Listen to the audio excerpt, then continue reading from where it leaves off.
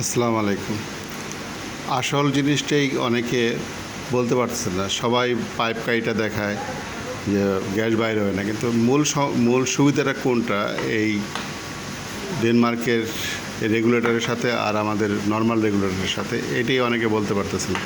যেমন আমাদের এটা গ্যাস কেন বন্ধ করে দেয়? পাইপ কাটলে গ্যাস বন্ধ হয়? আসলে তা না। আসলে হচ্ছে যে এই রেগুলেটরটা একটা দেখতেছেন ইয়েসের তামার, মূলত এটার সাথে এরকম এক সেন্সার দেওয়া আছে যে আপনার একটা গ্যাস চুলায় যতটুকু গ্যাস লাগবে শুধু অতটুকু পর্যন্ত এটা সহ্য করে। এরপর অতিরিক্ত হলে, মানে গ্যাস পাইপটা ফেটে গেলে অথবা লিক হলে, যখন অতিরিক্ত গ্যাস বাইরে হতে চায় তখন এইটা সেন্সারটা গ্যাসটা আউটটা বন্ধ করে দেয়। এইটা নিলে সবচেয়ে এটা বড় সুবিধা, যেটা নাকি পুরান রেগুলেটরের মধ্যে নাই। আরেকটা সুবিধা হচ্ছে যে এই যে এইটা আপনি এটা টিপ দিয়ে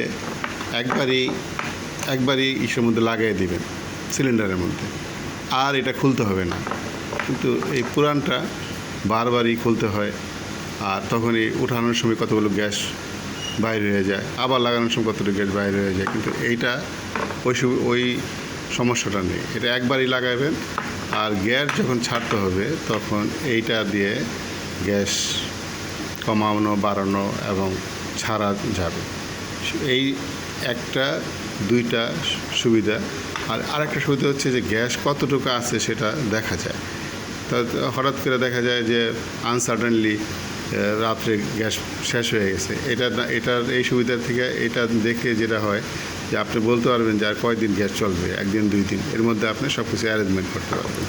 মূলত এই ডেনমার্কের যেই ডিভাইসটা, রেগুলেটরটা, এটার অনেকগুলো সুবিধার কারণেই এবং সব দিকে সেফটি, এটার বডি স্ট্রাকচার এই নর্মাল বডি স্ট্রাকচার থেকে হাজার গুণ ভালো। আমি নিজে এটা ইউজ করি এখন। আগের থেকে গ্যাসও সেভ হচ্ছে, এবং ইউজের ফলে আমি এটা পার্থক্যটা সরজমিনে বুঝতেছি, সামনাসামনি বুঝতেছি। এটার যেই অবকাঠামো খুব সুন্দর এবং স্বাভাবিক। আশা করি এটা আমাদের কাঙ্ক্ষিত রেজাল্ট দেবে।